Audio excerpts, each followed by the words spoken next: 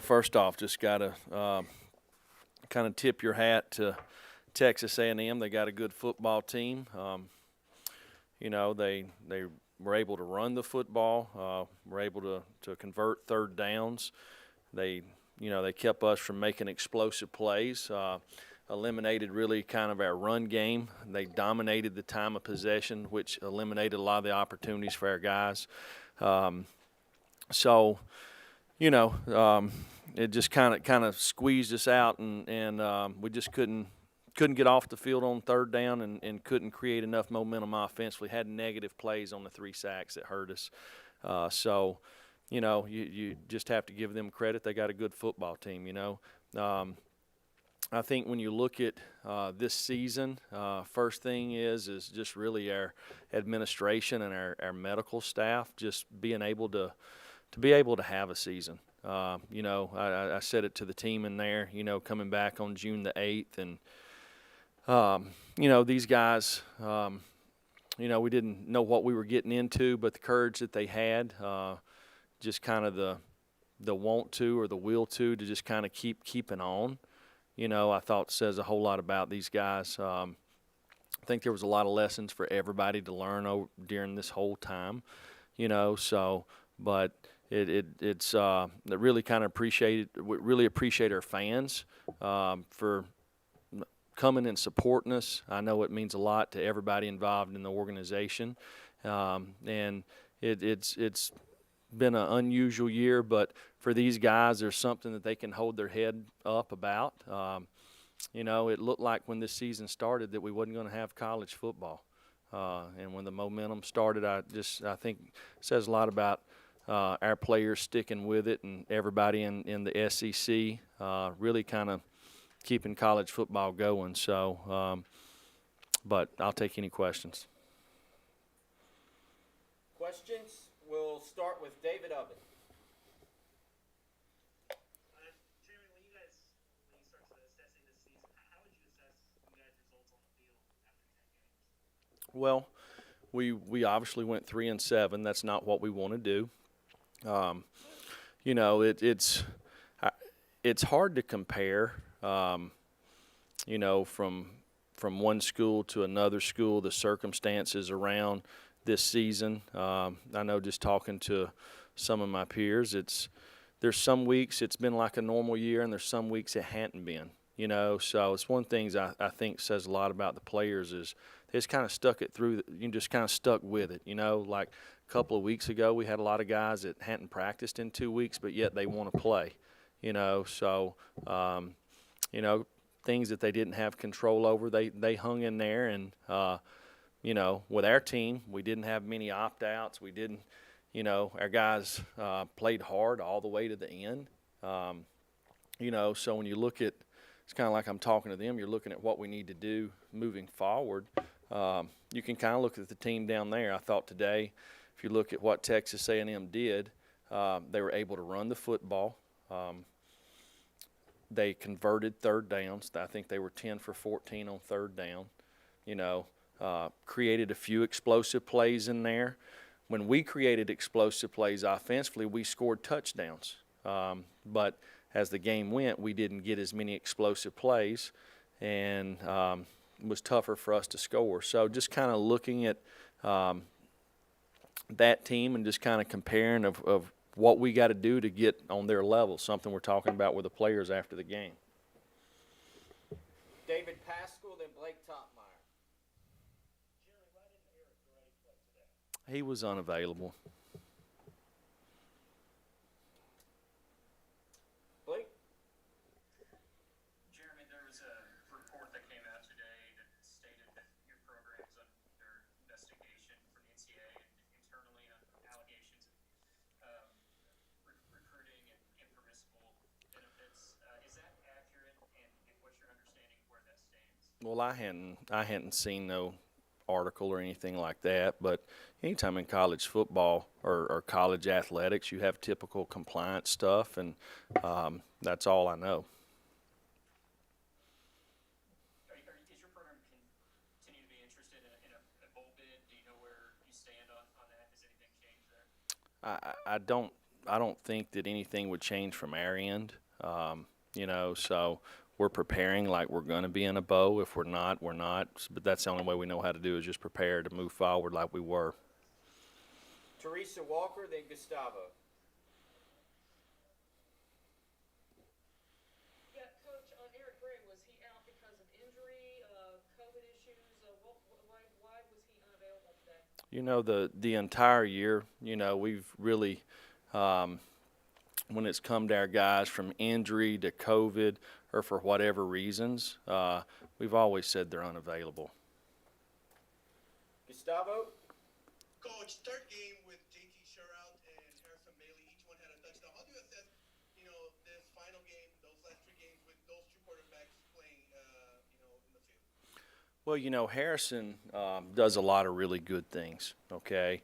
One thing that he's got to get past, he gets stuck a little bit. Sometimes in the throw game, just whether it's a progression read, it's a coverage read, whatever it is. There's a few times, and I think everybody sees he holds the ball a little bit, right? So just one of those things that he's got to get past, and the more reps he can get, the better he'll be at. Whether it's throwing the ball away, whether it's taking a check down, just one of those things. And I thought JT probably the same thing.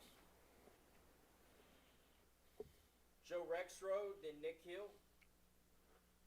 Jeremy, trying this in a different way. Was Gray or anyone else absent today because of a compliance issue?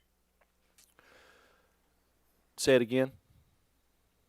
Gray's absence or anyone else's absence today, was it related to a compliance issue? Guys, I've already addressed that one time. Nick.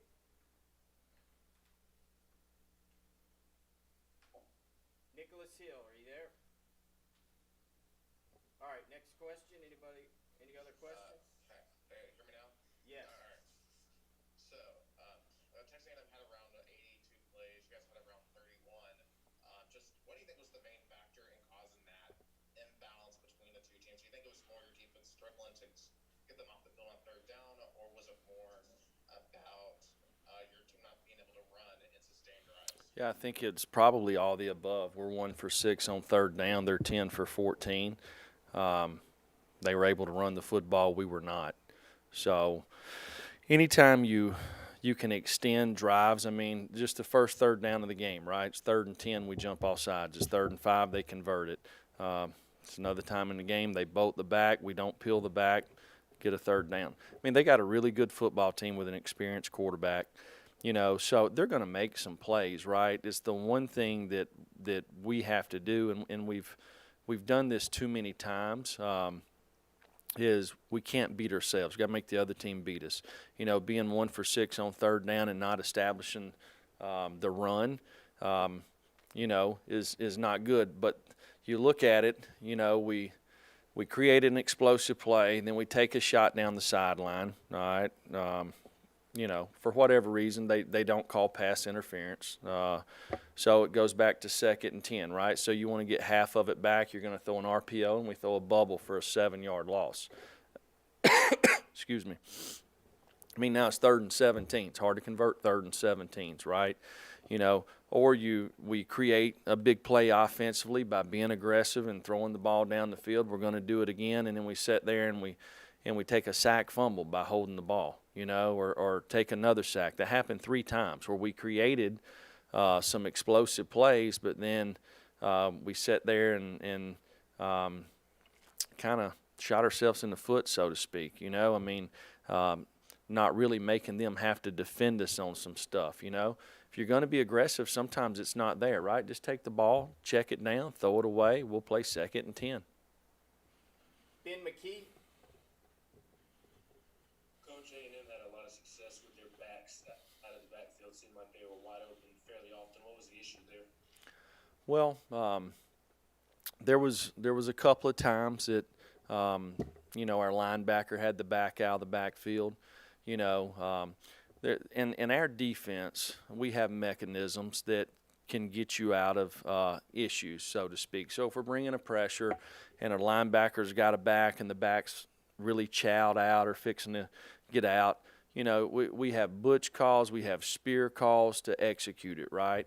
Now, that sounds good setting up here, but it's something that the more experience you get, you're able to apply these things, right? And we didn't do that a couple of times. One time the back was in there, and then he comes out late. We got a safety that's got the back. He thinks the back's blocking. He didn't close to him. He's going to cut on another wide receiver because he thinks the back's in protection, and the back gets out on third down. They give him the ball and outrun us, right? So a couple of things like that. These guys have always been a team that gets the back out really fast, especially into the boundary, and we had some ways to pill them. And when we did it the right way, we were fine. A few more. David Pascal and then David Ubben. Jeremy, can you talk about DeAndre Johnson, that hands to the face before halftime in the 17-13 game?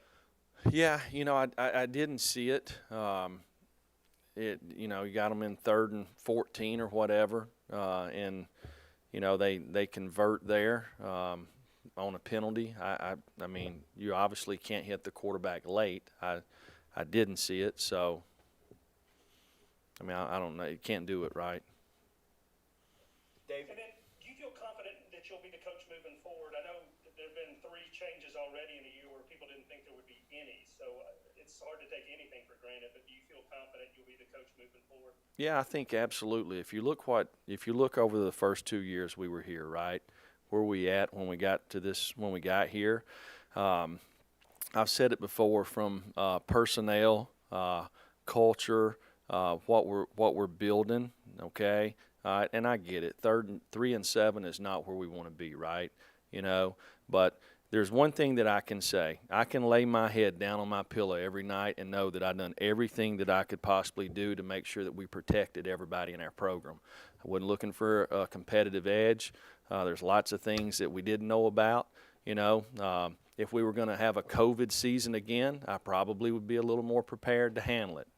So but I get the business. I understand it. I look at our football team. We've got a lot of really young players on our team. Most of our team will be back. I think it's a very good indication of how they compete every week. These guys don't quit. They believe in what we're doing, and they understand that we're not that far away, So a lot of these guys, I think they choose to try to be part of the solution, not the problem. If you look at our team last year, we won, I guess, 7 out of our last 8 games. We barely won most of those games, with the exception of UAB. All of them were a one-possession game, So those and a lot of the guys on our team were part of that, So they understand that there's not much difference in this league. Our margin of error is very small, and we know that as a staff. So we're working hard to improve it. David Ubben. Jerry, you mentioned that you guys were talking about how to get on Texas A&M's level. What are some of the things that are separating teams like Texas A&M and Tennessee right now? Well, today, what was it? It was 3rd down, right? We were 1 for 6 on 3rd down, and they were 10 for 4, right? Or 10 for 14. You know what I'm saying? They were able to run the football. We wasn't. They got some pressure on the quarterback. We didn't, and I mean, you said it right there. What was the score? It was 17-13 or 10 to whatever when we got the penalty with 1 minute and 38 seconds to go in the half. So you can't get that penalty, right? Okay, I don't care if you get close to the quarterback. You avoid the quarterback. It's 3rd and 14. They punt the football. We got a chance. At that point in time, we were moving the ball pretty good. Had a pretty good rhythm going.